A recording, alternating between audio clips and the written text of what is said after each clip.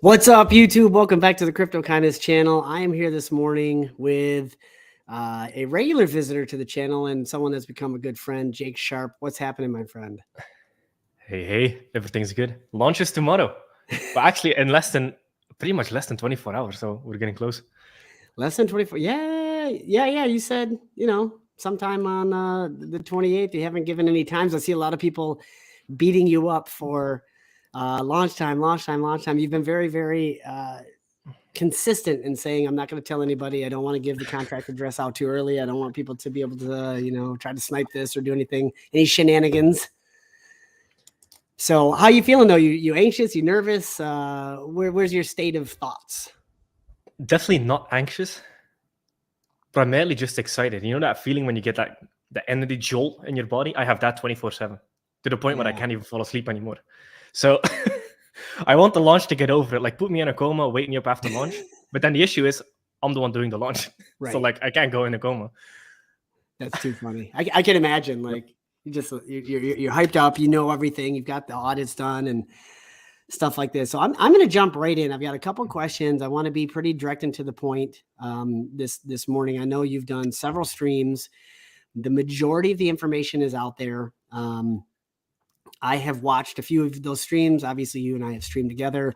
I've got a team of guys I work with on a regular basis. I want to give you a little backstory first, though, because I thought I'd share this with you.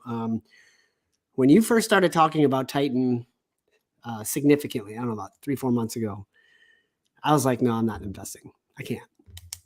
Like, it just seems, I don't know, whatever. I had been burned too many times through the bear market. And I didn't want to take any more chances. And then as you started talking about it more, listening to some of your information, I started getting more interested. I liked the buy and burn aspect. I liked the staking aspect. I really liked the yield paid in ETH versus native coin. And I liked fair launch. And I'm like, okay, these are basically, you hit the main points as to why I got into things like PulseX, Zen, and Hex. And then when the white paper came out, it all changed. I read that white paper and I was like, oh, snap. Like, okay, we're on to something here. So that's when I was like, all right, I'm going to dive in. I'm going to do some streams. I'm going to do my due diligence and see what's happening. And I shared the information that I came up with because I don't do my own research. I do my own research and then I discuss it with a panel of people that I've come to know and get close with. And we do research together and we challenge each other's thoughts. And one of the most cynical people in the group, I shouldn't say cynical, that's bad, but conservative would be better. I reached out to him and said, hey, this is what I've come up with. These are my thoughts. Please knock me down. I think I'm way too bullish on this. And this guy's like, oh, that's cool. I didn't think about that. Yada, et cetera. I'll get back with you in 2 days.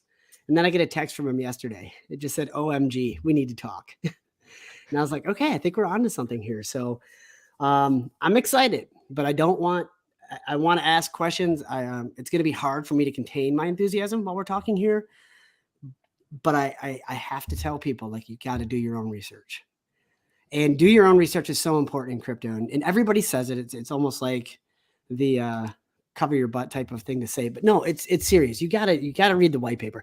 I see people asking questions in the Telegram.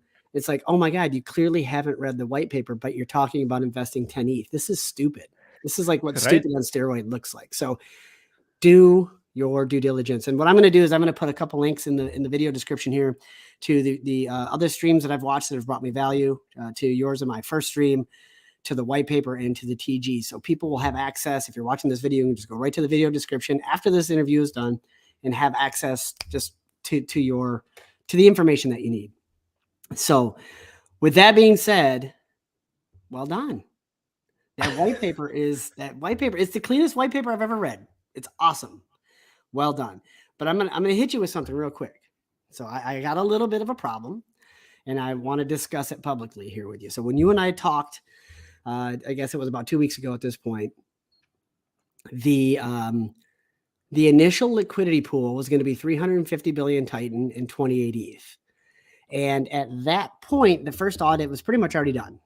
I think it was already done.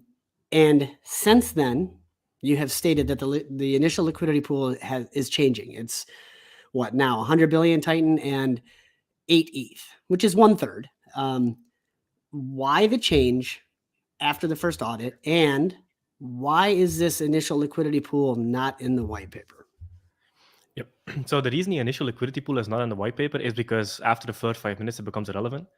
So for the people that don't know, the way the liquidity pool gets created is the buy and burn contract actually goes to Uniswap v3 and sets it up. So I never touched the 8 ETH, I never touched the 100 billion TitanX. It's done directly interacting with the contract on chain. It creates the liquidity pool. So the NFT that represents the liquidity pool is owned by the buy and burn smart contract, and there's no admin key of any kind ever to access it. So it's pretty much considered locked liquidity. Another cool extra factor that you get by doing it this way is in the buy and burn smart contract, there's also a function called collect fees. So this initial first liquidity pool, it's a publicly callable function, so people can call it. The collect fees, so all of the fees it collects in Ethereum goes towards buying and burning, and all the fees it collects in TitanX goes directly to the burn. So this also allows us to make it so that the initial liquidity pool fees all go towards fueling the ecosystem, because it's owned by the buy and burn smart contract, so I can call the functions on it.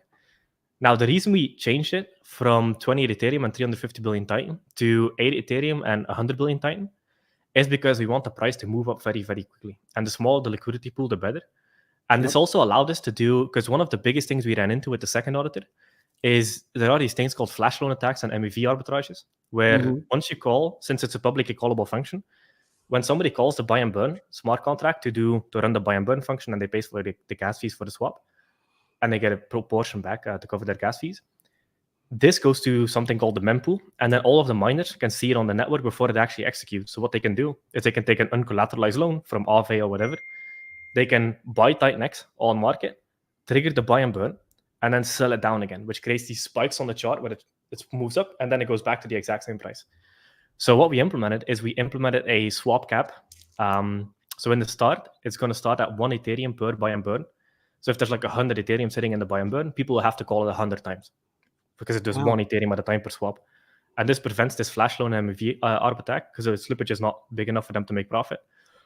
This issue really only exists while the liquidity pool is small at the start. So probably first week, but the slippage is low enough now where it doesn't matter anymore. So this is how we protected it. But after running some more models, having a smaller liquidity pool is way better to paint the chart the way we want to paint it, if that makes sense. That makes all the sense in the world. Exactly. You want the chart to spike up and all miners get in profit. And that's what kickstarts everything. Okay. So I appreciate that. I like the fact that you made a change based on essentially, sounds like feedback from a first audit and just more research on the risks to essentially the chart based on the bots arbitraging the buy and burn. Did I understand that correctly? Yep. Okay. Exactly. That was the second audit. And then we also did a third audit. This third auditor, his name is called Gogo the Auditor. He's one of the most recommended auditors in the space, together with Pashov. And he knew the first two auditors. So the first auditor was a guy called Akshay. You can find him in 2023 Top 10 Code Arena. And the other one was Dead Roses XYZ. And he knew both of them. He's like, these are really good audits. I'm surprised if I even find anything. And he did. He didn't find anything. So the way we paid him is 7,500 flat. So we pay him base because they're going to invest a crap ton of time and effort auditing it. And then we pay him pay per vulnerability. So if he finds a vulnerability, he gets paid double. So 7,500 extra. And he hasn't found anything. And he can't find anything. So I'll feel very confident in the code at this point. The third auditor was overkill. But it's not overkill for my peace of mind. I like being like, okay, I can sleep well at night without being freaking paranoid. I just accidentally banned the wrong person in the chats. Ali, if you're listening, I'm sorry. Oh, it's too funny.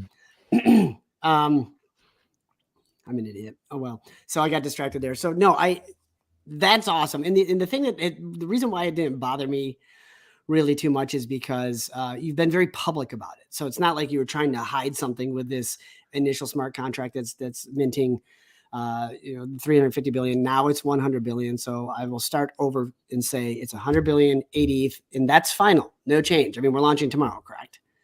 Yep. Okay. A question came in and it's a super chat. So thank you, Shaka Vobs.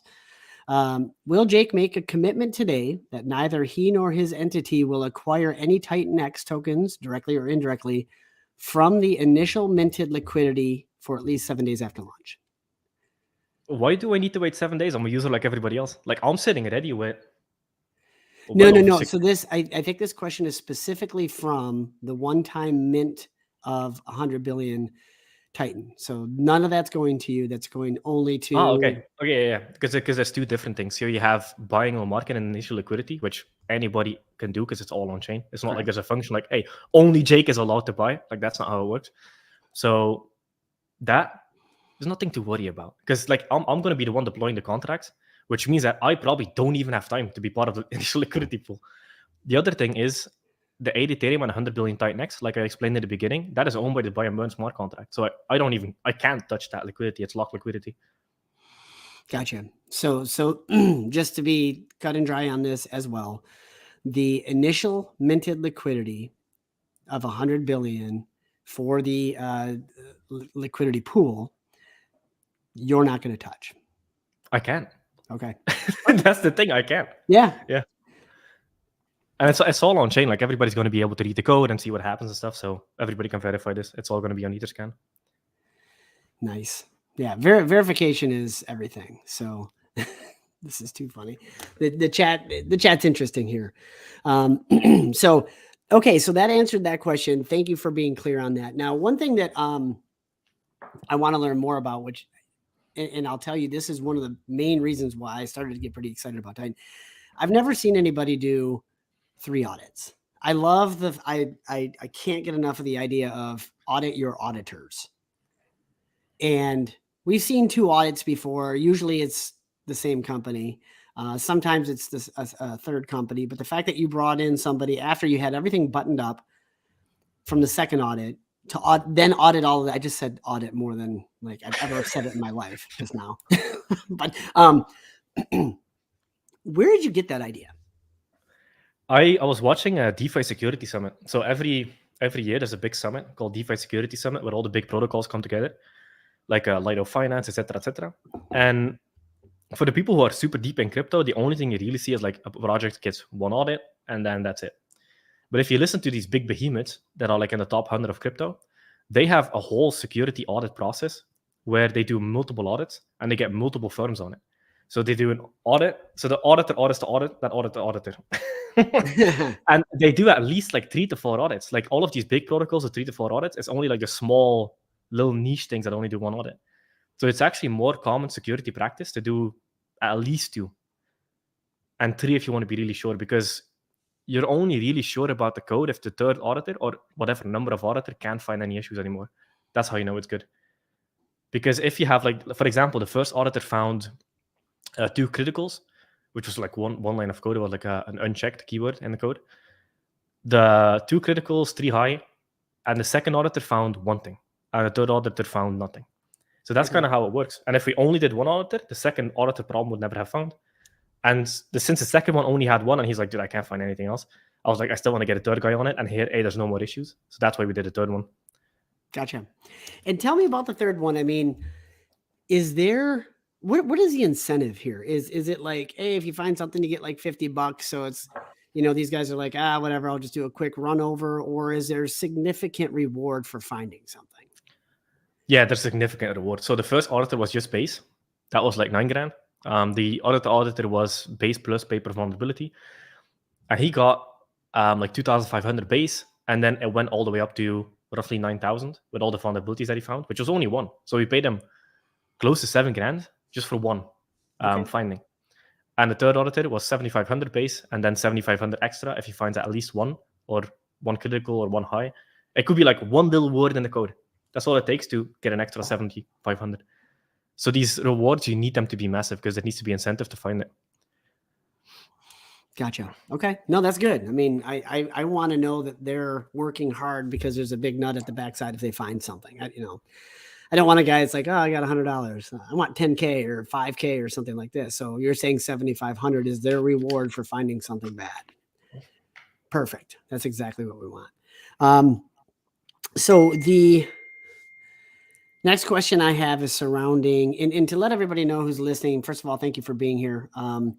I'm going to turn this over to when I'm done kind of with the questions that I have right now. Then I'm going to go into questions out of the chat as long as they're not basic questions. And the reason why we're not going to be answering basic questions is because I want to encourage you to read the white paper. You have to start doing that. If you're going to win during this crypto bull market, you can't be asking questions that are obviously answered in white papers or, other areas that you should be able to get your DYOR done. So, man, the crazy thing is like this guy in the chat, he's like, oh, he was super rude to me. But basically all I said was, so he came in a Telegram chat and he asked a question about the website. I'm like, the answer is literally right above your message. Like, yeah, your message is here, the answer is right here. And he's like, oh, you're rude. And I'm like, dude, Jesus Christ, get your meds. Yeah, it's one of the frustrating things about being a public face is people will just come to you and ask you the most obnoxious question. You're like, we seriously just talked about that for 5 minutes. I get that you showed up late, but I'm not going to talk about it again. And then of course they ramble on about how you're a terrible person and all this type of stuff. It's just like, whatever. It's fun. It's fun. Also, Shaka Vibes had a question in the comments. So he says the concern is he knows when it will launch and no one else does. The biggest advantage is buying the fat LP early while prices are low and everybody else just gets the tweet that it's live. Well, that's not how it works. So the way the liquidity pool gets created is the smart contracts get deployed first, and then the smart contracts create the liquidity pool. So we'll deploy the contracts, we'll post the contracts, then the liquidity pool will get created, so everybody has equal opportunity. I think what the question is almost as though it's poised in a sense that you, even because it's yours and you're going to be the guy that clicks to create the liquidity pool, you have better knowledge than even a sniper bot. So I guess his concern is, if I'm reading it correct, is you could click the create liquidity pair, and then you already know the contract address, so you could have it loaded into Uniswap, like click pair, boom, buy. And so then you, Jake, are able to get the first buy-in, which will give you the most X's. So I guess the question is more, are you going to utilize your proximity to information to give yourself an advantage over everybody else? I don't think I will have the time. That's the issue, because the create liquidity pair function is a public function. So I'm not the only person that can call it. Anybody can call it. Oh. But as long as you can, as long as you have the contract address, you just have to spam refresh deck screener. So there is going to be a person that buys it first. Yeah, it always will be. I Don't guess assume it's me. Like, it could be some fucking random Telegram sniper bot or whatever. Right.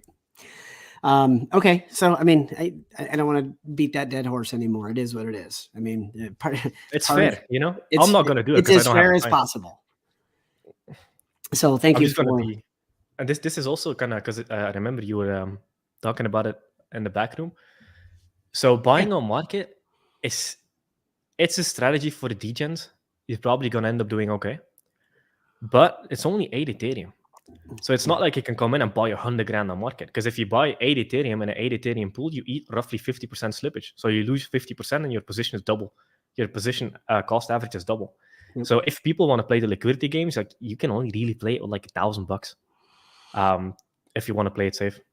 Yeah, and that's a fantastic point, because this is a question that has come up a lot with some of the clients that I've been working with, and they're like, oh, I just want to do it one big chunk of money and be done. I just want to do 10 ETH. I just want to do this and market buy. And I'm like, you can't.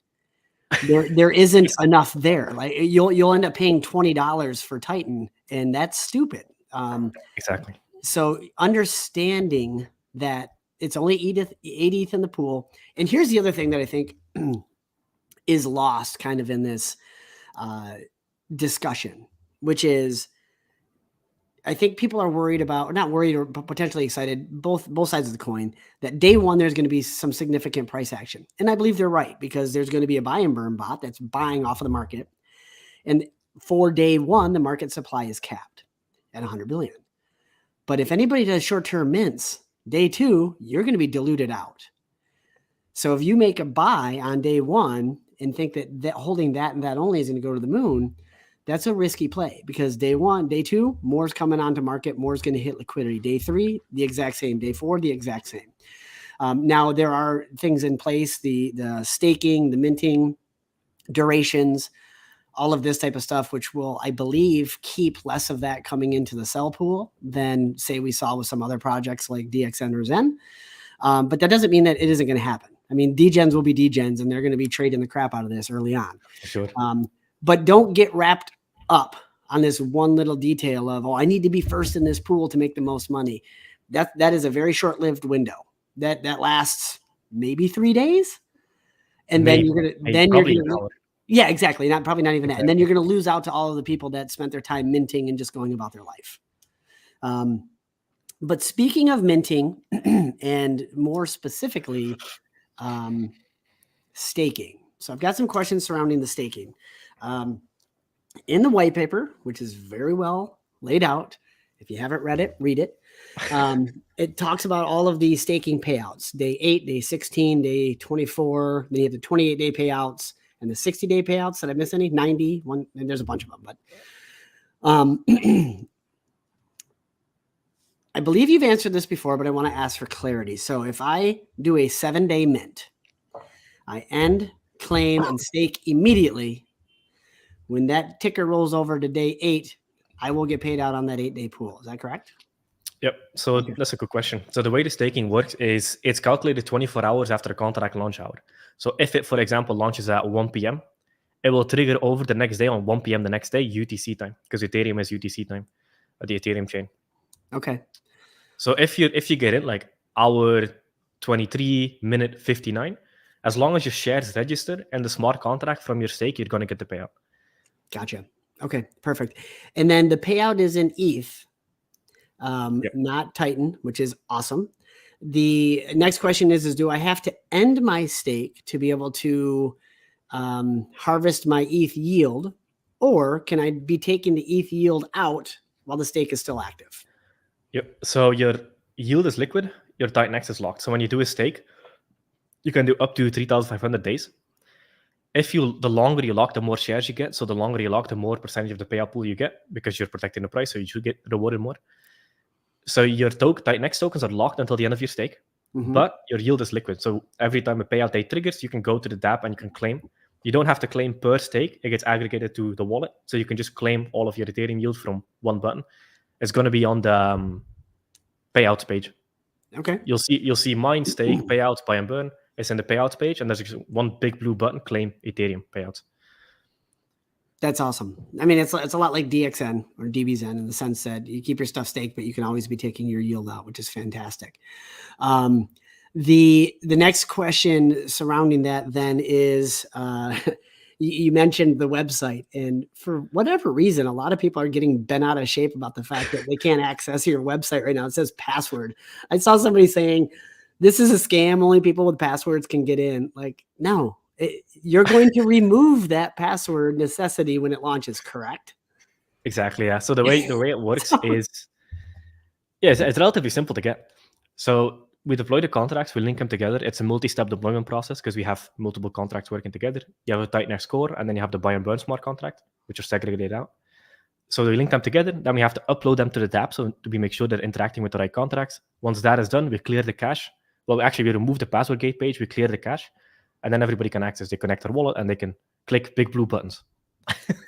That's how I like saying it. Big blue buttons. It's obvious. Yeah. Very obvious. And you do need to click the big blue button to claim your ETH yield, correct? It is not just sent to your address. It's not airdropped.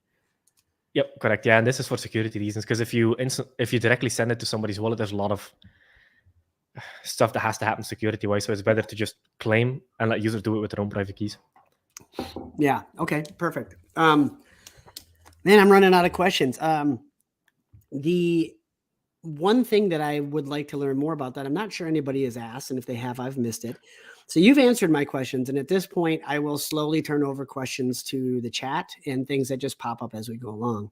I'm feeling rather confident about the whole thing, so which is not financial advice at all. Never.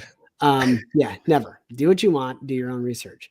The marketing aspect of TitanX. Now we see I was listening to a Grant Cardone episode the other day, and I love that guy. I love Grant Cardone just as much as I like Alex Hormozi.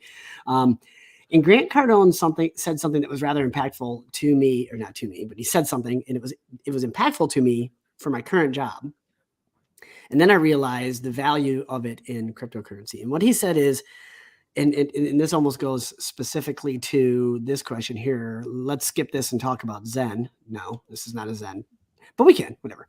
So the best product does not always win. the best known product wins. People have to know that your product exists in order for there to be price action on it. So one of the things, I'm a big Zen fan. I got my Zen hat on, but Jack has very clearly said we're not going to be marketing. We don't have. You got a burger. You can just walk by. What the heck my wife is doing? She's like sneaking up on me, army crawl style. That was freaking hilarious. Imagine her parkour rolling in the background. I know it. Oh, that was wild. So back to what I was saying. So it's not the best product that always wins. It's the best known product. And everybody knows case in points of products that aren't the top quality, but have the most market share because they do very good marketing. And I think that while I understand what Jack Levitt and his team are doing in terms of not having a treasury, not being the people that pump the coin, I think that has also come at a cost to the price of the coin because there's really no marketing out there. There's no big influencers. There's no ads anywhere talking about the value of Zen. It will happen organically over time. I still truly believe that. But you have said multiple times you care about price performance. And if you care about price performance, and I know your background with Alex Hormozy and a few of these other mastermind groups you've done, tell me a little bit about your marketing strategy and how people are going to get eyes on TitanX and know about it to do their research. Yep. One big thing is people don't understand how powerful it is to have a public founder. Because there's so many coins that have good tokenomics, but then it's an undoxed mom's basement developer, anime profile picture, Twitter dude that started the coin. And he's never going to go on stream. He probably sounds like a pussy if people hear him on audio. So nobody trusts those people. Yeah. Having a public founder is massively important because then people feel comfortable talking about it. Now, then you kind of create this other thing where who has more incentives, the founder or the people? That's why I like the fair launch aspect, because if you truly want to make something owned by the market should have just as much advantage as the founder, because then people feel comfortable talking about it. Like Richard Hart, for example, you have to really listen to Richard Hart for hours and hours and hours to feel comfortable talking about it, because hey, this guy owns 95%. Yeah. So I can bring my friends in, but I need to trust that guy. Yeah. Here, there's no trust required because it's fair launched. The other thing is, this is something I learned from Sam Muffins back in the day, because I was also part of his programs. And this was during the marketing agency days. Sam Muffins was big on this idea that a bunch of people can do a lot more than one person. Mm-hmm. And the kind of marketing prowess that the founder has also needs to be instilled in the community or the marketing team or whatever.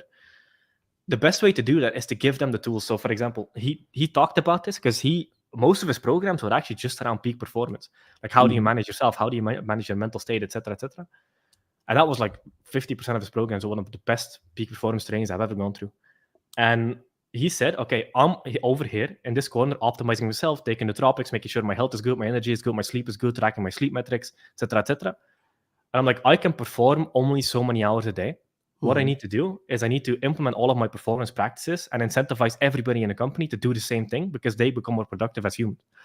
So coming back to the whole TitanX marketing, we want to give the community the tools to market. So in the TitanX tab, there's actually a page, it's called /share. And this will automatically take a bunch of data from all the supply metrics, etc., etc. And people have one blue button to click called share. And then they click it, go to Twitter, and there's a bunch of social media options. They click on the Twitter thing, and it already has pre-written tweets with call to actions, etc., etc. So people, once they have a big TitanX position and they want to spend their time productively and promote it, they can just spam click those tweets, because every time there's new data. So it's not like you're spamming the Twitter algorithm, but you basically want to make it so that it's easy for the community to share, and they don't really have to come up with their own ideas. They can just be hey, here's the data. Here's how much in Payout Pool 1, here's how much in Payout Pool 2, this is how much have been burned, this is how much is sitting in the buy and burn, this is what has been buy and burn. Hundreds of tweets are going to be there in the future. Mm-hmm. So people can just run through them every day, get them on Twitter, and then it's a community effort to get the word out, because one person has one person following on their Twitter. Because I think the reason, I was actually massively surprised by this, there's already been 12 unique YouTubers that have talked about TitanX and created videos around TitanX. And it's not even live yet. No. It's only been talked about publicly for about a month. Yeah, it's crazy. So marketing will happen through, one, having a public founder, me. So I'll be the biggest evangelist. But then the community needs to have the tools to be able to easily share and onboard people. which is then the next kind of social tooling aspect of it. Nice. Yeah, I mean, Alex Hermosi says, one-to-one is good for high quality information, but one-to-many is good for spreading the word and providing those metrics. I mean, we saw that early on with Hex. Hex, people were sharing their staking ladders, and they were sharing their yield payouts, and they were sharing all of the data off the dashboard on Twitter and videos for Hex. Is that kind of something similar? It sounds like it's similar to what you're going to be doing, except you're making it easier. Instead of having to screenshot this, you can just click a button and upload it to your socials. Yep, exactly. Wonderful. Are you going to be doing any sort of paid advertising either through, I mean, I think you already are. I've seen some on Twitter. Are you doing anything else with like TikTok or some of the bigger platforms, maybe a banner on CoinMarketCap, anything? I'm just, throwing out ideas, things I've seen in the past before. This is kind of like the tricky slope. People should just expect me to actively sit around and do nothing. But people can see stuff on the internet, so they'll see when things are happening. But this is kind of like a slippery slope. You should have no expectations of me. Yeah, I realized after the question that it was probably exactly. Yeah, it's like I want to know the answer, but I know you can't talk about it. So, well, everything's on the internet, so people will see. Yeah. So the answer is just pay attention.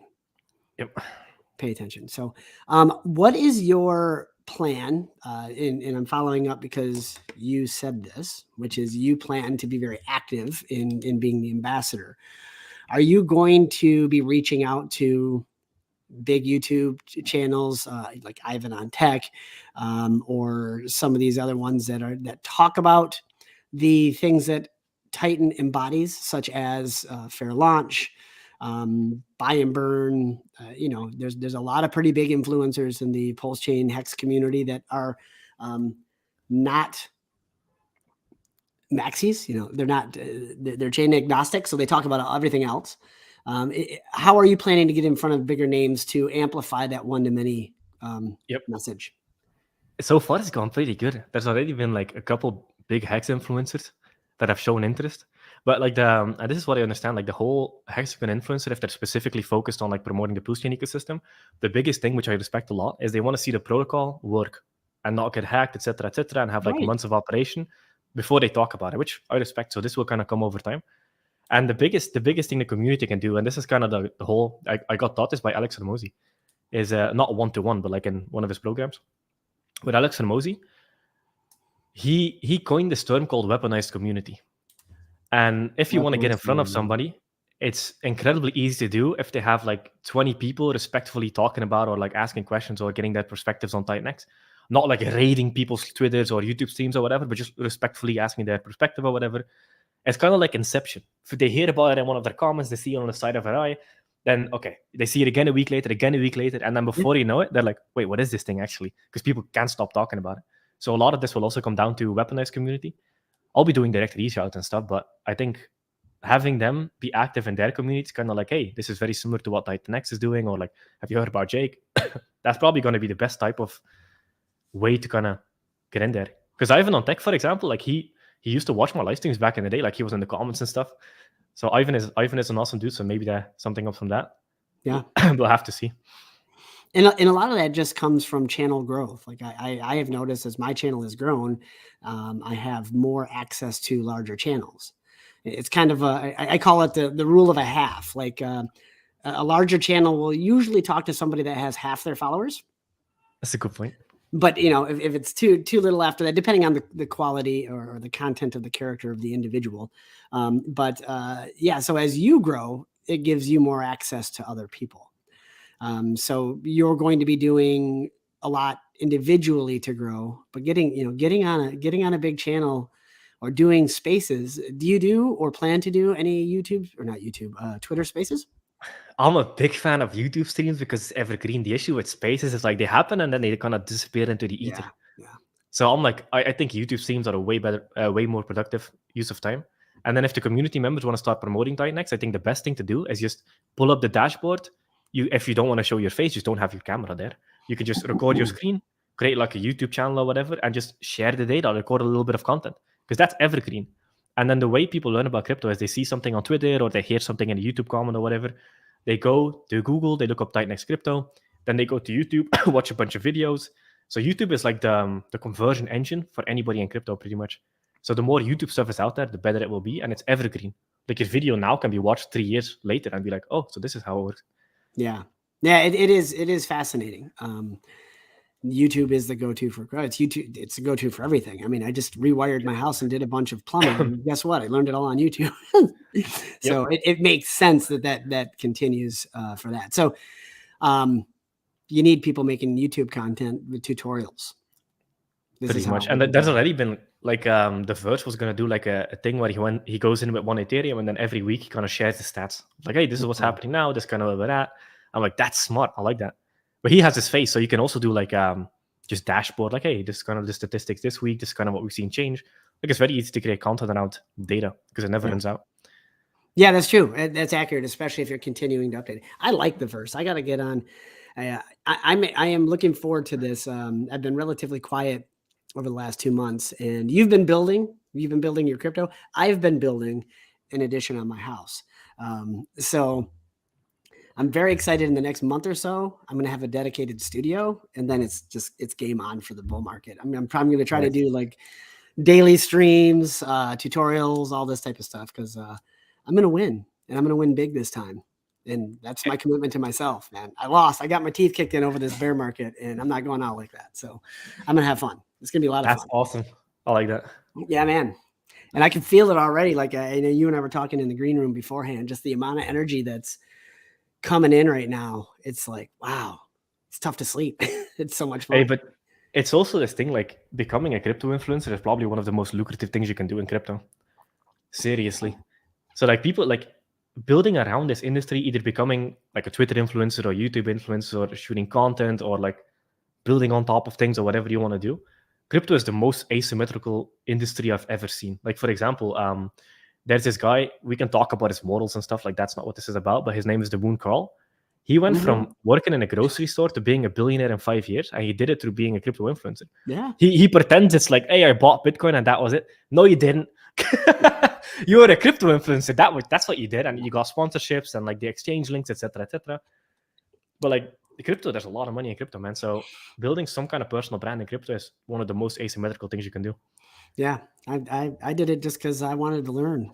It's like the quickest way for me to learn is to put my face out there and ask questions, and it's fun. So we got a great question that just came up by Nigel. So I really appreciate this one. I was going to get there, but I forgot about it.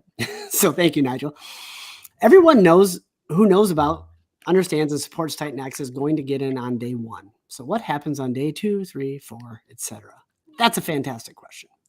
Yeah, adoption. I think the main thing that is going to attract people in is the miner ROI, because you're going to be very simply, you're going to be able to see in the dApp, if you start a miner, this is the ROI. And then the chart is going to look good. They're going to see the miner ROI, and that's what's going to spike people's interest. So we built a lot of social tooling about sharing the miner ROI. So once people get in day 1, that will kind of fuel the entire ecosystem, and from there it gets adoption because it's awesome, pretty much.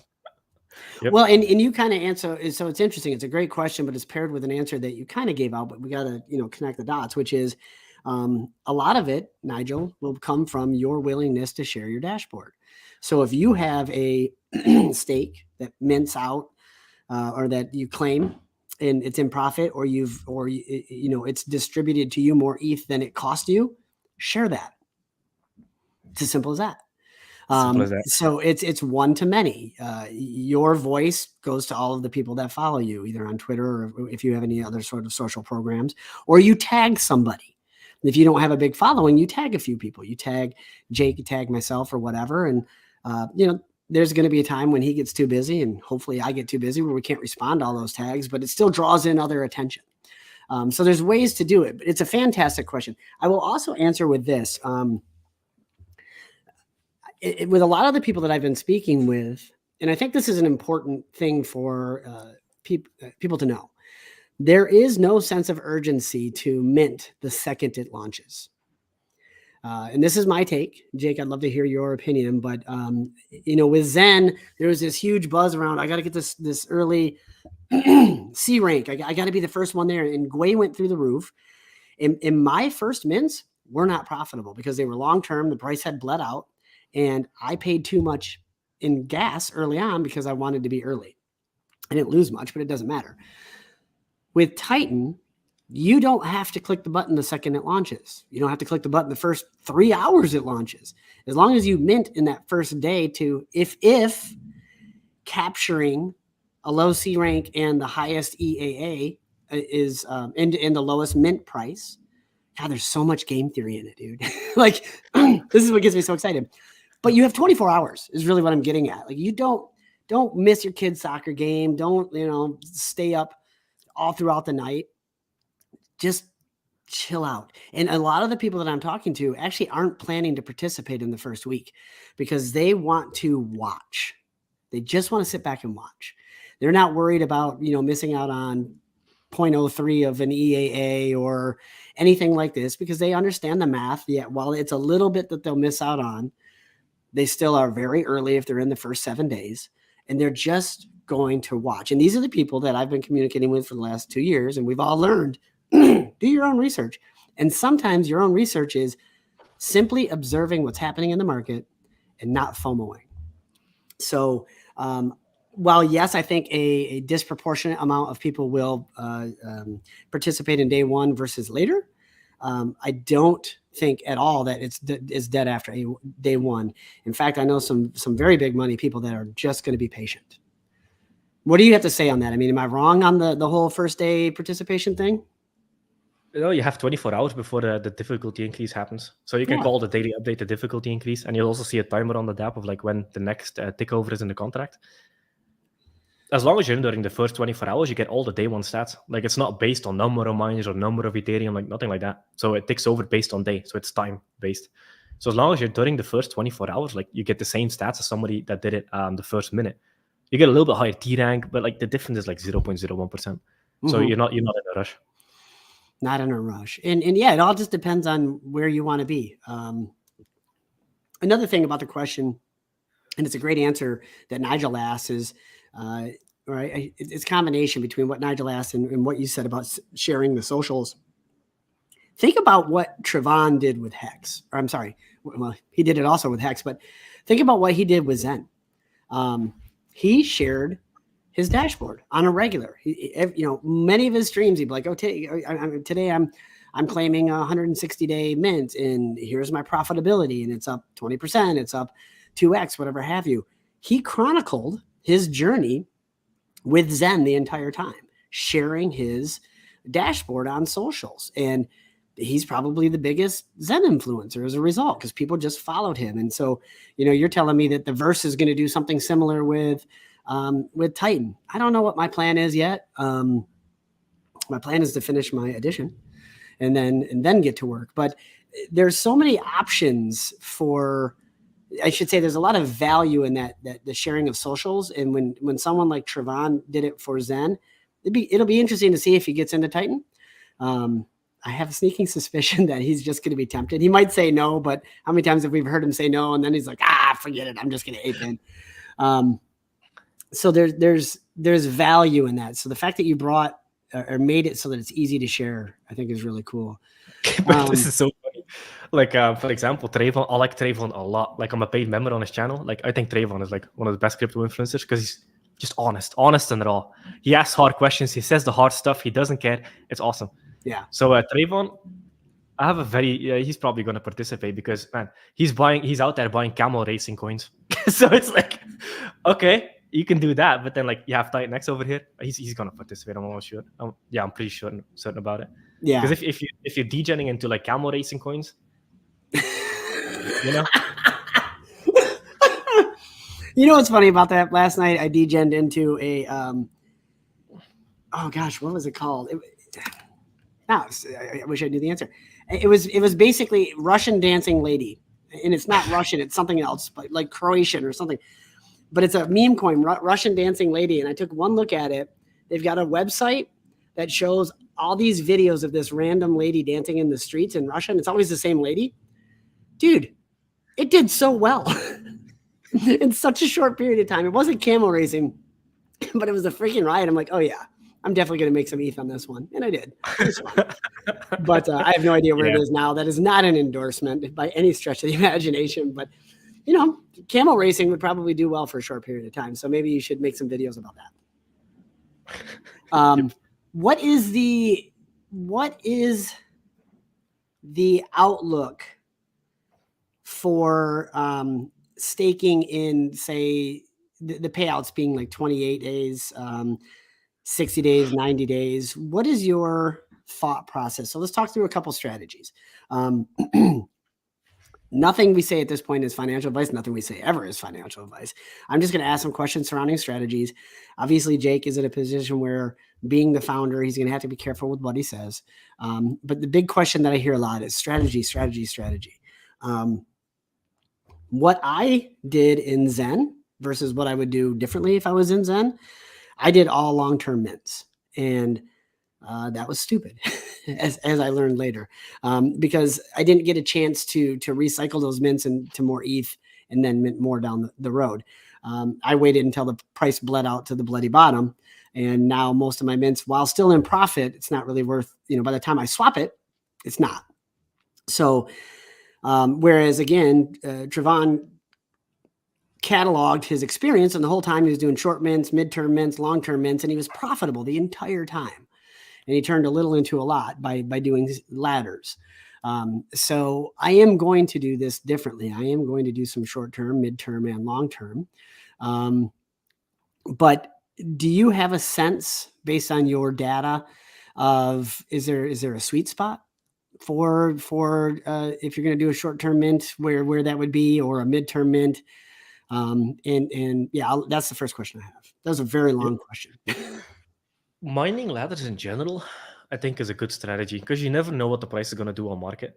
So you could get your mining ladder when it's like up at 10x or whatever.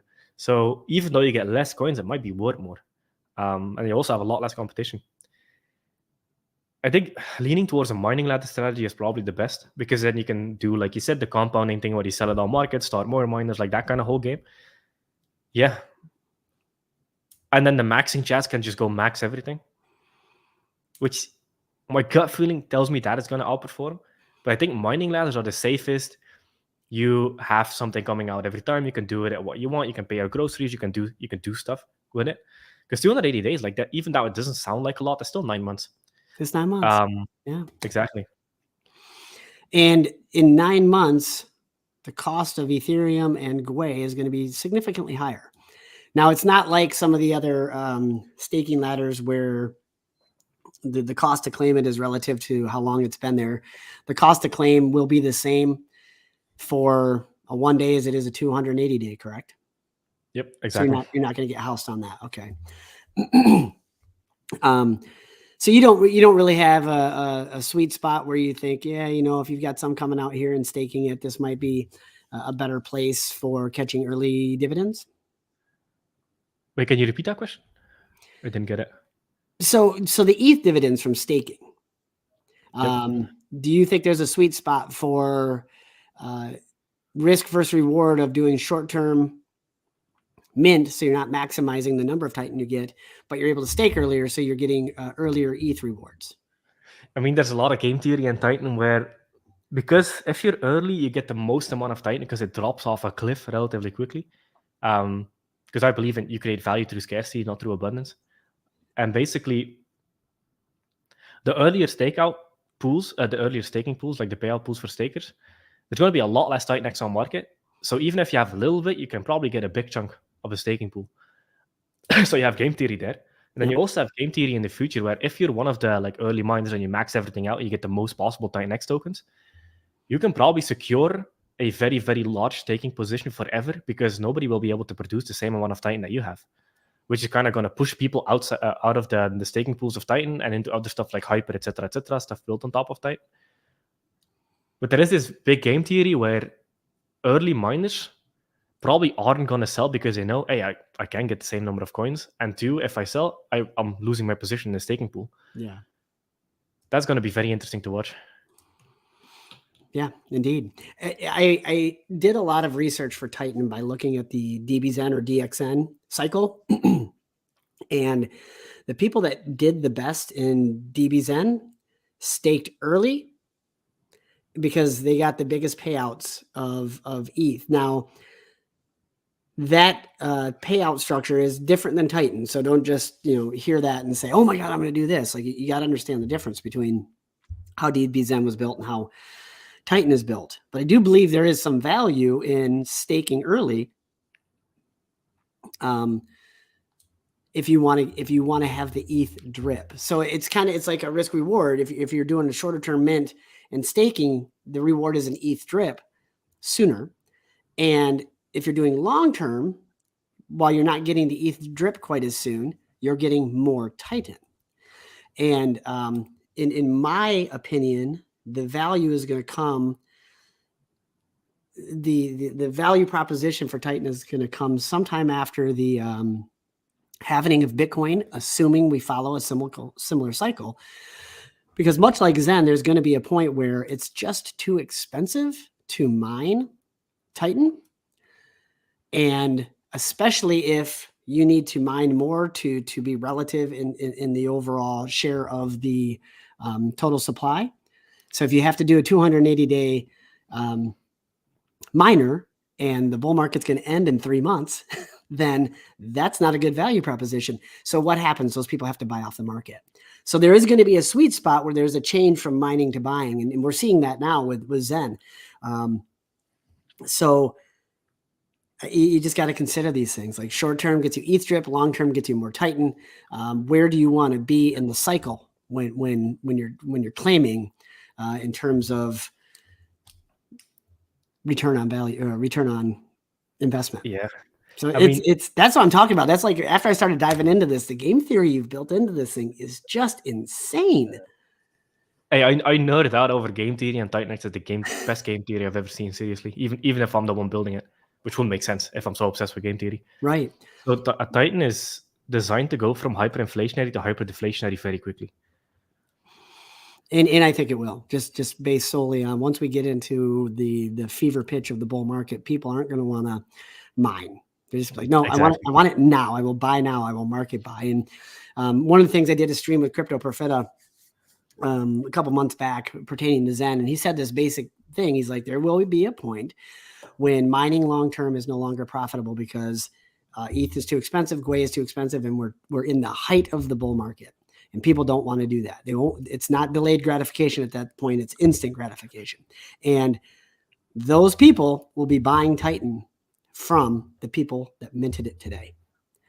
And so at some point there's going to be that transition, and that's what I'm excited about. Yep. Somebody also asked in the comments. So if there's anything out there called TitanX, just ignore it. You will get scammed. You will lose all of your money. And if you do, I'm laughing at you. Because you need to learn to get your contract addresses from official sources. And the official sources, the contracts aren't live yet. So anything that is out now is 100% a scam, and you're going to 100% lose your money. And I'm going to laugh at you because you didn't listen. Listen. Exactly. The official sources are going to be my Twitter, t.me/TitanX News. You can find it if you go to my YouTube videos. Join the 2 Telegram channels. If it's not posted in the TitanX News Telegram channel, it's 100% a scam, and you're going to lose all of your money. So be careful. Which I think is funny because this guy's name is Danger Doodle. You're playing with danger, man. So a great thing, a very good learning lesson for me happened recently. There was a launch of a meme token on Pulse Chain called Mega. And these people, I think they actually put others at risk because they dragged out their launch way too long. They're like, oh, it's going to launch in 20 minutes. It's going to launch in an hour. And then it didn't happen for like 3 days. The entire period of time, people were launching fake mega coins. And you would see these green candles and then rug, green candles, rug. And people were just getting whacked because they're sitting on DEX tools. They're looking at the live new pairs. They want to be the first one in the liquidity pool. And that is just dangerous. Don't do it. If you do want to play that game, there's one key indicator that you need to pay attention to before you do anything. You click on that Etherscan and you go and look at the total supply. There will be no total supply for the actual TitanX. So if there is a coin that has a total supply, 100 billion or 200 trillion or something like this, it is 100% a scam. So just don't play with fire. Go to the Telegram and just be patient. The contract address will be there as soon as it launches. I know people I have this FOMO feeling, I got to be first. You don't have to be first. You have to be you smart. don't have to. You have to be smart. It's also like I hear a lot of people wanting to build big positions. The best way to build a big position is not by buying in the liquidity pool, it's by starting miners. Because you'll be able to fit in like $500 or whatever in the liquidity pool before you start eating massive slippage. So the big positions are made by mining, not by buying. And not only that, but you're going to get whacked by sandwich bots straight away if you're Also, going in there, unless you know how to use the RPC protect, the flash bot protect RPC or some of these other MEV bot protect. Like if you don't know how to play the bot game, you're going to get smoked by sandwich bots and MEV bots. So, and I only say that because the manner in which some of these questions are asked, it's kind of obvious that they don't know how to play the game. So just don't play the game. If you don't know how to play the game, don't play the game. You're going to get smoked. And I don't want that for you. I want you to be successful. And what I like about what Jake has built is you don't have to FOMO. You don't even have to be there. Like sleep like a baby, wake up. You got 24 hours to start your miners if you want, or be patient. Watch how the market plays out and then make an educated decision. Don't lose your ass to FOMO. I feel like I need to step off my soapbox, but I don't want people to get hurt. People have been hurt, trashed, and there's so much scam crap out there. Just take it easy. Take it easy. Yeah, I'm pretty ruthless. I'm a big believer in tough love. So you're not gonna get any band-aids from me. You're just gonna get a bunch of laughing. It's not even tough love. It's just love. When you love somebody, you tell them what they don't want to hear. Exactly. You're an idiot. Don't do that. Let's see, Jake, this one came in. I'm just going through questions now. So if people have questions that they haven't heard an answer to, let me know, but I'm not going to answer silly stuff like what chain is it on? If you don't know that, probably you shouldn't participate. Calculated price impact on liquidity pools. Would you use the constant product formula? Does it make a difference, or is it one multiple that buys the model? Well, it's just a Uniswap V3 formula. A basic way to look at it, if there's 8 Ethereum in the pool and 8 Ethereum buys, it pushes the price up 4x because it's square root of it. So it's a square root. So this is relatively complicated to explain, but that's why you have Uniswap and stuff, because it shows you your slippage. Mm-hmm. You don't have to do the calculations yourself. You can just play around in the interface on Uniswap and you can see your slippage and your price impact. Yep. And the fact that it's on V3, I think, is an indication of your expectations for longevity and performance. Usually scam coin, I mean, most stuff launches on V2 first. I understand why. If you're taking the time to create your pool in V3, that's a sign to me that you're here for the long run. V3 is more advantageous to people providing liquidity. That in alone is a game of itself. If you don't know how to play the liquidity game, don't do it. But I think it's awesome that you've made an exotic pair on it. So those that know what they're doing, that incentivizes people to actually provide liquidity. And when individuals provide liquidity, it incentivizes others to buy it because they see that that people believe enough that they're providing.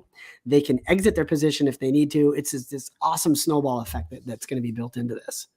Exactly. That's why I like Uniswap V3, because it also allows whales to exit through liquidity. Like there's a lot of benefits if you want to be around for the long term. Yes. Yeah, that's fantastic. Just single-sided exiting so they don't nuke the price. And they provide a value in leaving the ecosystem. Yep. One up also asked, how long will the sacrifice be for Hyper? There's not a sacrifice. So for TitanX, for Hyper, for anything, no sacrifice, no ICO, no pre-sale, no backdoor deals, no nothing, no zero. It just goes very launched on chain, because I don't believe in doing illegal stuff, and that's illegal stuff. Yeah. I want to be a law-abiding citizen, so I've done everything as by the book as I possibly can. It's still very vague, but that's also why we don't have a one-on-one referral program, because that's sketchy. That's why you have a global referral program. So even when you stake, you burn your tokens and you remint them yourself, so the contract never has any custody of your coins. So there's never any custody issues. Like Titan is made to be as legal as possible, which is why we never did any ICO, pre-sale, seed, none of that. If you build it right, you don't need to. Yeah, exactly. I'm going to be I'm hunting for the number one well position with my own personal money. That's also a big reason why I did 3 audits, because I'm like, hey, I'm personally putting a fuck ton of money in here. I want my money to be safe, you know? Yeah. I mean, that's a very valid point. Yeah. Cover your ass. ET is in the chart. Good morning. I would like to know this guy's thoughts. He's a pretty deep thinker. So ET, at some point, if you do a write-up, let us know. I want to hear about it. I want to say hi to, if she is still here, Mackenzie. How you doing? Waiting for my 100x tomorrow. Thank you. I think she's making fun of a tweet that I put out there, but that's still fine. It's good to see her. It's good to see some people coming back that, you know, the smart people left during the bear market. It's like, I don't even need to be here. It's just a bunch of drama on Twitter. Interestingly enough, we still haven't even gotten into Hyper or building on Titan. You know, the question came in, what incentivizes people to continue participating in the weeks or months to come after TitanX launches? And the short answer is there's more coming. Tell me a little bit about Hyper. If you've mentioned it a few times, I don't know anything about it. Maybe you can't talk about it, but there's another game being played on the back end, and it involves burning mints, right? Yeah, so you're going to be able to burn liquid Titan on your stakes. So it's going to be a way to get you liquid on your stakes if you want to. But we won't talk about Hyper for now. We're kind of targeting Hyper to be 3-4 months plus in, because we want that to be a very solid, good market for TitanX before we start building all of that stuff. But there's going to be a lot. Like, I think the moment people see Hyper, they're like, well, shit. Because like I saw like the guy from DBZ, the Raz fan, I like him a lot. But he posted a tweet on Twitter like, hey, the math for TitanX doesn't make sense. Yeah, because you don't care about price performance. TitanX is made to perform in price and have the highest ROI possible. I believe the number one utility for any crypto is to make sure everybody's financially well off. The tech doesn't matter, in my opinion. The biggest utility is number go up utility. That's a really good technology. I like that. So if you don't care about price performance, the TitanX math doesn't make sense. But if you do, it makes a hell of a lot of sense. I know the verse says this a lot, and I also say the same thing. Everybody says they're here for tech, but nobody's here for tech. This is a damn casino, and you're 99% of people are here for money through tech. Crypto is tech, but it's a casino in tech. And like price go up. I want to see. I love Zen. I think Zen has very long term, especially with XM, what he's building there. But I want to see some price action. Yeah, that's the thing. Yeah. Jack, I like Jack as a person a lot. He's super smart. But like his tokens are not designed with price in mind. Yeah, he said that from day one. He's like, this isn't about price. This is about changing the world. Yeah, which is totally fine. But like X1, he's perfectly made to start a blockchain. Seriously, his mind, his personality, all of it is perfect for a blockchain. So I'm very excited to see what X1 will be. And nothing but respect for Jack. I've learned a ton from him. I'm glad I had the opportunity to build a relationship with him, and it's been fantastic. You know, the one thing that you said earlier about doing well, if you want to do well in crypto, create a YouTube channel. So far for me, the absolute most value I've gotten out of this is the contacts I've made. Like your network, you're always one contact away from leveling up. And the only way you're going to find that is if you increase your network with the right people. And I've met some amazing people doing this. I've got like personal friends that I get together with on the weekly, and we're talking about business strategies. We're talking about crypto. It's just been amazing. And then taking that type of leverage with the upcoming bull market. Oof, Daddy needs a new Porsche. A Porsche isn't even that crazy. I know. Yeah. I'm not a crazy guy. I want to get places quickly, and I'll probably rent it. Honestly, I live in Michigan. What do I need a bloody Porsche for 9 months out of the year? I'll just rent one every summer, and then I get a new car. That'll be fun. So, all right. Well, we had 100 people tune in. It's been about an hour and 3 minutes. Questions, comments are open right now. I think we'll maybe talk for another 10. I got to bugger out of here. I got to get on the golf course with the wife today. You know, we're running out of time on the link, so we got to get out there. Tony Ballin, this guy's awesome. We're gonna win, be 1%. I don't know what that means, but he's probably big, but he was too excited to type silly. You know what? Let's see what the G is. You're probably right. Or maybe he said we're gonna be the 1%ers. I don't know. That's funny. He's awesome. Thank you, Jake. Is coming in there. So if you have any last minute questions, hit us up. What's your plan tomorrow? That's what I want to hear. What are you doing? Well, plan number 1, survive. It's going to be the big one. I'll probably just be in the Telegram, interacting with people, making sure everything goes good. I'll be watching everything on chain. I feel pretty good, especially after 3 audits. But I just want to see, again, because we've done a lot of internal testing. We fought mainnet locally, so everything runs against the actual Uniswap V3 contract, so everything seems to work. But I'll feel very, very confident after I see Liquidity Pool being built, people are buying and trading it back and forth. That's when I start feeling like, okay, launch is kind of starting to settle down. It's nice. Yeah, I bet. I bet. I wish I got a busy day tomorrow. I'd probably live stream during the launch, but I'm soccer dad, man. I'm watching my kids play soccer. Absolutely love it. My son's killing it. He got invited to a thing in Barcelona. We're going in February. It's so much fun. Let's see. I've got 2 things here from ET. He actually listened and is responding. So I don't perceive any issues with TitanX or Jake Sharpe. Jake is doing everything right. Please note that this isn't financial advice. Yes, absolutely. Thank you. I've conducted extensive research and everything I've encountered so far is favorable. I'm awaiting the audit results and a review of the code. So this is a fantastic point. And one thing I want to point out, thank you for mentioning this, ET. It kind of goes back to what we said earlier about there is no hurry to mint day one. Like, you have time. And Jake, you've mentioned that once you launch, you will also then post links to the audits. Is that correct? Yep, exactly. So the first audit, this is kind of like I gave some people tough love in the Telegram because I gave the auditors names. And anybody that knows how audits work, audits get publicly published on people's GitHub. So the audits were always there. Like, there's one from back in September. So audit 1 is live. Audit 2 is live. I'll just neatly organize them and then post them together with the launch. I'll probably put them in the Git book or something like that.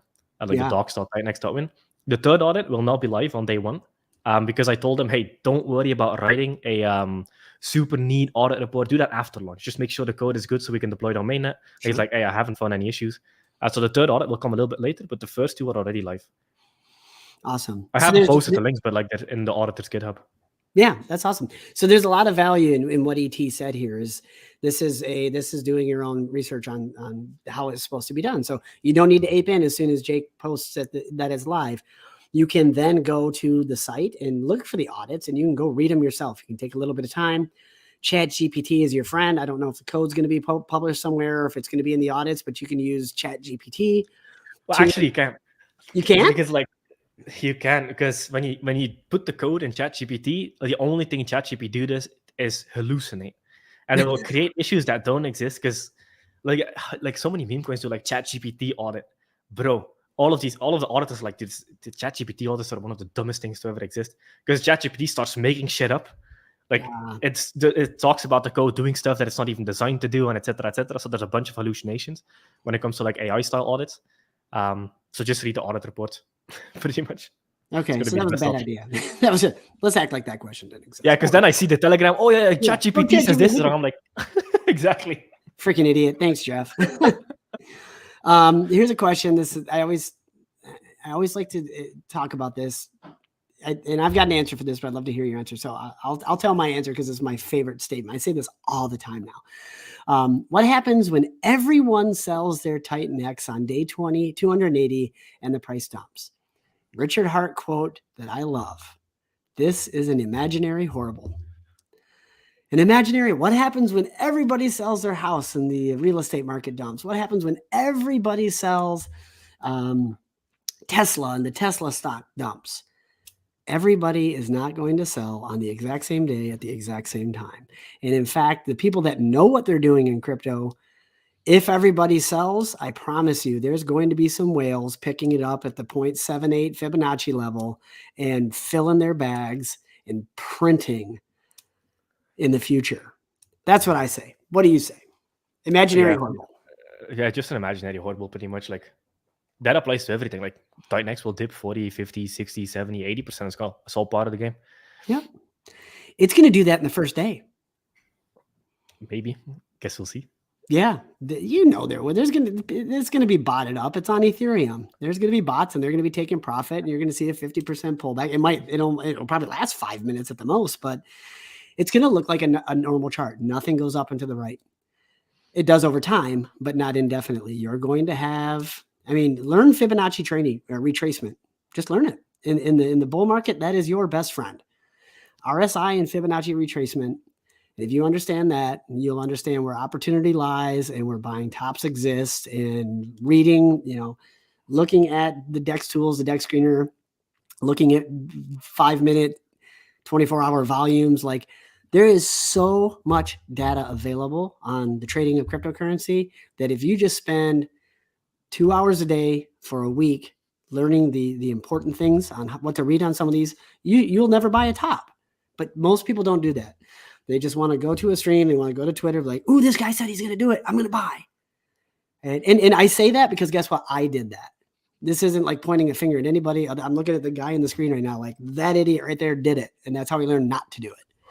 So don't be me. Learn how to freaking read Dex tools and Dex Screener. That's what I leave you with. Yep, pretty much. Yeah. What is Richard Hart going to think about this project? He's probably not.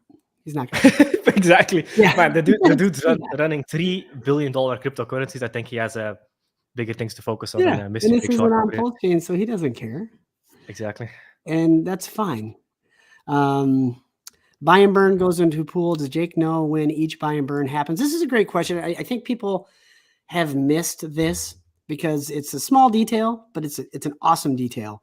So the short answer is Jake doesn't know because it's a button on the dashboard. Anybody can push it. It's not something that happens automatically. It's not something that's timed. The community has to call the function. So there's a reward for doing so. You will receive what, 0.03%? 0.33%. 0.33% of the ETH as a reward for calling the function. So you don't want to call it too soon because you, the individual, pay the gas fee for it. Is that correct? Yep, exactly. Yeah, so there's a gas fee for doing it. So you don't want to push it like every 20 seconds or you're going to get nuked in fees. But the community does it. Jake doesn't do it. So there is no, like, he can't go and sit there and like, I'm going to put in my trade order and then hit the button, like, because anybody can do it. We can get front run by your buddy in the next room if you want. Am I wrong on that, Jake? No, 100%. So one of the tweaks we also made with the second auditor, we made the buy and burn a little bit more dynamic. So it's going to unleash a hell of a lot in the beginning, but then it will hit a certain cap. And what will happen is it will release a little bit every day so that the TitanX market, the chart will look like this. And then a healthy market will form, more TitanX will come into the market. It will kind of balance out the liquidity pool. And the buy and burn is made in a way where in the future, you're still going to be benefiting from Ethereum from the start because it's going to be dynamic. And as the liquidity pool grows, the buy and burn will grow with it. Nice. People are going to have to watch on chain for this, but I have multiple tricks up my sleeve. So like even the whole like 280-day dump. Just watch. Just watch, pretty much. It's all on chain. Yeah. LMO Mo. This is one of the questions that somewhat frustrates me because this answer is in the white paper. And you need to read the white paper. So I'm not going to answer this just because I want to help you learn how to do your own research. So find the TitanX white paper and read it. And that's all out of love, brother. If you want to make it in this next bull market, you need to. That's exactly, yeah. Because one of the big ideas I'm pushing in a Telegram is just like people need a little bit of tough love and don't expect food spoon feeding. And then when they don't get spoon feeding, they're like, meh, you know? So it's like you need to learn how crypto works. Otherwise, you just get wrecked and over and over and over again. I mean, this bear market's been tough. It's been very sad to watch some of the things that people are posting on Twitter. Just like, I lost my retirement fund. I lost this. And it happens. And so there's two things you can do. You can walk away with your tail between your legs, or you can get legs, or you can get pissed off. You can go and learn, and you can win. But don't just keep making the same mistake. That's what happens. But it's money and it's emotions. And so FOMO wins unless you have nerves of steel and have mastered the ability to focus on data, not emotions. Yeah, this just comes around. Like, you remember the saying of like, first cycle you learn, second cycle you make money, third cycle you become wealthy. That first cycle learning means you do a lot of stupid stuff. And then Did you say wealthy or royalty? Wealthy. I wish royalty. I was like, wow, I can be royalty? Wow. Wow. I almost spit out my product.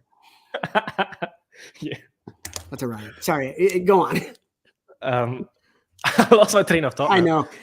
You said first cycle you get wrecked. Second cycle you get rich. Third cycle you get wealthy. Is that what it was? Well, not wrecked. You learn in the first cycle. That's so learn. Exactly. Because you probably won't get super wrecked, but you'll learn a lot of stuff like clicking random contract address and sending money to a contract, or connecting to malicious dApps, or losing your seed words. Like, I've never connected. I've actually never been hacked in crypto, and I think it's because I was a lead software engineer, so my security practices are pretty bulletproof. But like I've done stupid stuff. I haven't exactly I'm thinking I've actually not done a lot of stupid stuff, but I bought the wrong things.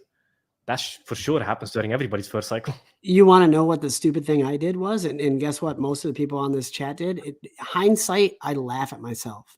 I sacrificed for Pulse Chain. I said, and I don't mean that like I'm not hating on it. I got a lot of it. I've been DCAing it, but this is the lesson. I sent a lot of ETH to a random ass address. There was no audit. There was nothing. It was just, hey, send me your money and I'm going to send you something. Guess what? I will never do that again. That was dumb.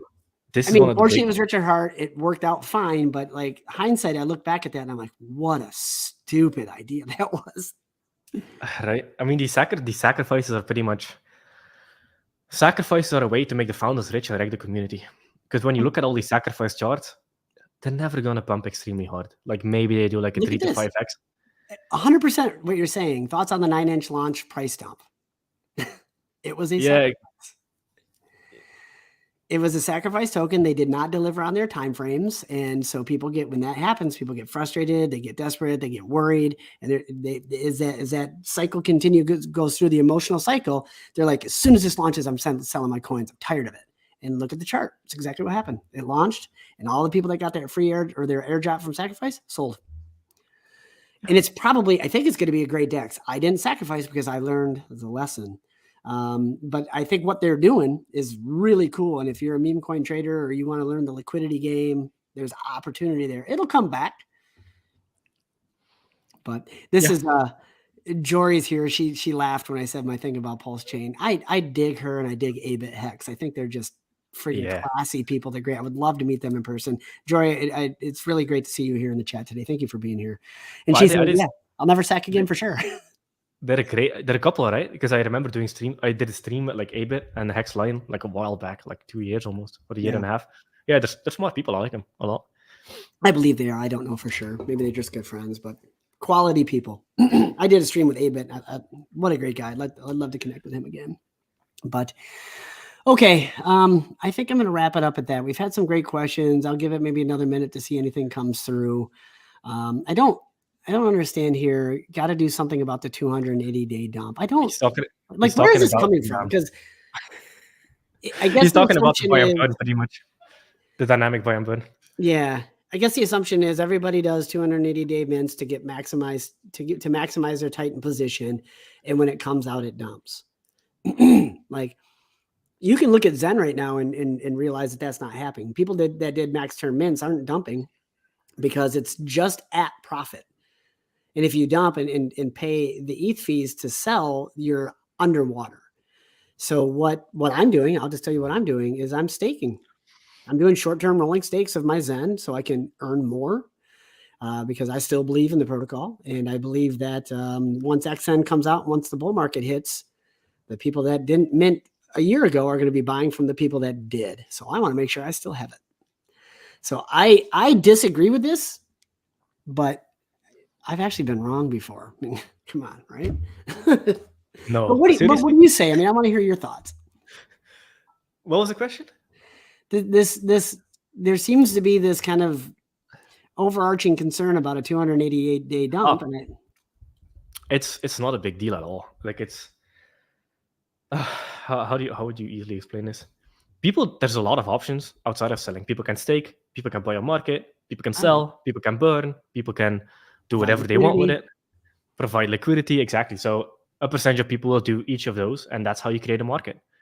Like that's how markets work. You have short-term thinkers, long-term thinkers. Like this is also like a Richard Hart quote that gives a lot of light into liquidity. Yes, you can have like a lot of liquidity on the DEX, but the DEX is not the only liquidity in existence. Some people just have money sitting in their wallet and waiting to buy on a dip. That's like 99% of liquidity. Yeah. It's like, like the way he puts it was it's not like everybody has limit orders sitting ready to buy a house on market. No, if it's a good deal, people come and buy it. Yep. That's exactly right. Just because they have a bunch of money in their wallet doesn't mean they got to go buy a house right now. You just wait until the right one comes around, the right time, the right everything, and then you deploy assets. question came up. What is my strategy for Titan? I won't go into details, but I will say I'm playing all games because I think they're all great games. There's a lot of game theory in here. So there will be short-term mints, there will be long-term mints, there will be staking, and there will be liquidity providing happening out of the kindness portfolio. That's kind. Yeah, I've learned that. I have learned that when I think short-term, I get short results, and I don't want short results anymore. I have watched as a lot of the people that I have built relationships with have taught me over the last couple of months. Crypto Prophet is one of the guys, amazing person. Absolutely love that guy. But I just watch what he does every time. And I'm like, man, it's so easy.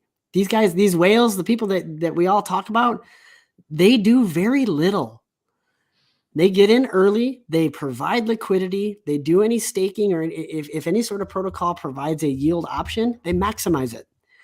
And then they go about their business and just let the snowball churn. And they come back 8 months later. They don't look at the chart every day. They don't get in the Telegram and like, why down, sir? They don't do any of that. They're patient. They're long-term thinkers. So if you want to do well in crypto, maximize yield, generating assets, learn the liquidity game, learn how to read a chart, and walk away. Learn how to walk away. If you stare at the charts, if you're in Telegram, if you're in Twitter every day looking at people's bullshit drama, you're just going to get sucked into it. Be better by walking away. Yeah, and this is also one of the things of like one of the big questions that came in at the beginning is how do you protect yourself from whales? I'm like, it's the Be a whales whale. protecting. Yeah, it's the whales protecting you from yourself because like the whales are actually the ones that think the longest. They provide liquidity. They help everybody out. They have the longest mindset. You know who is the chart? The short-term thinkers. Yeah, It's people coming in with $2,000 like, oh, I want to get 4,000 out, and then they rug themselves. And well, they don't rug. They made it 2x. But it's the short-term thinkers that write the chart, not the whales. It's the whales that make the chart. Yep. Yeah. So the whales are actually the people you want. Like the whales make any ecosystem work. It's the small people that track the charts. Yeah, you want whales because whales are the people that buy up the big dips. Whales are the people that provide the liquidity, and whales are the people that move price. Yep. I mean, look at ETH. It just did what, like a 5 or 7x because somebody came in and just did like 200 or 300K market buys. And of course, my question is, why are you doing a market buy, dude? But exactly. I think that they did it because they want to move the price, and there's also that game too. So, yeah, I think one of my favorite quotes that I actually learned from you, thank you, was the Alex Hermosi. Like, if you're thinking year time frames, you're not going to do well. If you're thinking 5-year time frames, you'll do okay. If you're thinking decade time frames, you're never going to lose. Yep. If you want to win, your time frame needs to change. So don't talk about 280 days. Don't talk about 1 month. Talk about at the end of the cycle, 18 months, which is eternity in crypto. And then talk about how are you going to prepare for the next bear market. Like, one of my favorite quotes from Alex Hermosi that kind of changed my whole behavior was because I've been listening to him for a while. Like back when he started Gym Launch, that was like 6 years ago or whatever. I was in his Facebook groups listening to everything, even though I didn't own a gym. I was like, this guy's freaking smart. I'll just listen to him. And one of the things that he said was short-term thinkers are always the people who underperform. If you're focused on the next week, you'll only get next week results. And then he said, like, if it's not something you can do every day, don't do it for a single day. Yeah. And I was like, that makes a lot of sense. Because then when you start thinking like that, okay, can I do this every day? If the answer is no, you shouldn't do it in the first place. And that kind of gets rid of the whole short-term thinking. And that comes down to like diets. What diet can you do for the rest of your life instead of for a week? And that's how you get these long-term results. And that's how you become 100 million, a billion. These guys think in decades. They don't think in weeks. And they don't even care about what happened this month or last month. They're just focused on building towards that long-term horizon, which is amazing. Which I have to give you a public thanks and a show of gratitude. You single-handedly changed my life. You introduced me to reality transurfing. You reintroduced me to Alex Hermosi. And you introduced me to just a completely different way of thinking. And I am such a better person today because I met you. One of the, as I was saying earlier, about the greatest advantage of creating this YouTube channel was the people that I got put in front of. And so I just publicly want to say thanks, man. I appreciate you. 100%. And this is also like, I appreciate that. One of the big sayings is you become the 5 people you spend the most time with. Since we live in a digital age, most of the time you spend on the computer, and on that computer you listen to certain people. So you become the average of the 5 people you listen to. So you have to filter your information sources. Like I listen to Alex Hormozi, I listen to Warren Buffett, I listen to Sam Ovens, even though he doesn't do a lot of content anymore. I listen to there's a couple big guys I listen to. The names kind of fall short because right now I'm just focused on Alex Hormozi. I'm just trying to embed his philosophy into me. Man. And the only way to do that is you listen to hundreds and hundreds and hundreds of hours, so his brain becomes yours. And then you implement it in your own unique way. But like Alex Hormozi, content absolutely incredible. Warren Buffett, timeless. Ty Lopez, I love listening to Ty Lopez for like psychology stuff and marketing. A lot of people try to hate on Ty Lopez because he sells a course. Ty Lopez is one of the smartest people I've ever heard talk. People should go watch his like interviews on Ice Coffee Hour with Graham Stephan and stuff. Mm-hmm. This dude is a fucking genius. He's got life figured out. Yeah. And it's so funny. Yeah. I just wrote it down. I'm going to go listen to it. Like, I don't walk away from tips like that anymore. It's like, yeah, okay, cool. Right on. Oh, and reality transferring, obviously. I read that book like 35 times now. I listen to it just about once a week. I pick out a chapter. I'm like, I need to get a refresh on this. Like the whole pendulums chapter, I find myself getting sucked into pendulums all the time. Yep. I'm like, damn it, I got to go read that chapter again. And then I'll listen to it and I'm like, oh God, I'm so stupid. But I love the Wave of Fortune. That chapter's short, but it just gets you so pumped up. Right? Yeah, it's awesome. I listened to Alex Hormozi almost too much. Like, just because again, every time I listen to him, I'm freaking jacked when I get done. I started listening to Grant Cardone recently. There's a really cool podcast I listen to. It's called the CEO's Podcast. I can't think of the guy's name off the top of my head, but he just basically interviews all these young CEOs, and you listen to their mindsets. And he's had Hormozi and a few others on there, and it's just, man, you learn so much. And it's you just, if you're willing to take the extra step, you can change who you are dramatically and very fast. Yeah, look at this. Jory says she read Reality Transurfing because of you as well. Amazing book. It really is. It'll change your life if you're willing to listen. But you got to be open-minded. I mean, there are some thoughts in there that are like, what? But if you're willing to change and be open-minded, it'll change your life. It'll change your life. All right, buddy. I got to bounce. It's 10 o'clock. This has been fun. Another hour and a half stream with Jake. Pay attention tomorrow. Don't get sucked into scams. There's going to be a ton of TitanX crap launching to try to get your money out of your pocket. You need to be in the Telegram. You need to be watching Jake's channel. You need to be watching Jake's Twitter. That is the only place to get the contract address. It will be posted as soon as TitanX is live. You don't need to be in a hurry. Do your research. For crying out loud, read the white paper. It's super easy to read. It is not tech dorky. It is incredibly well laid out. And most importantly, have fun and be smart. Jake, thank you so much for being here today. We will talk soon, my friend. All the best. Appreciate it.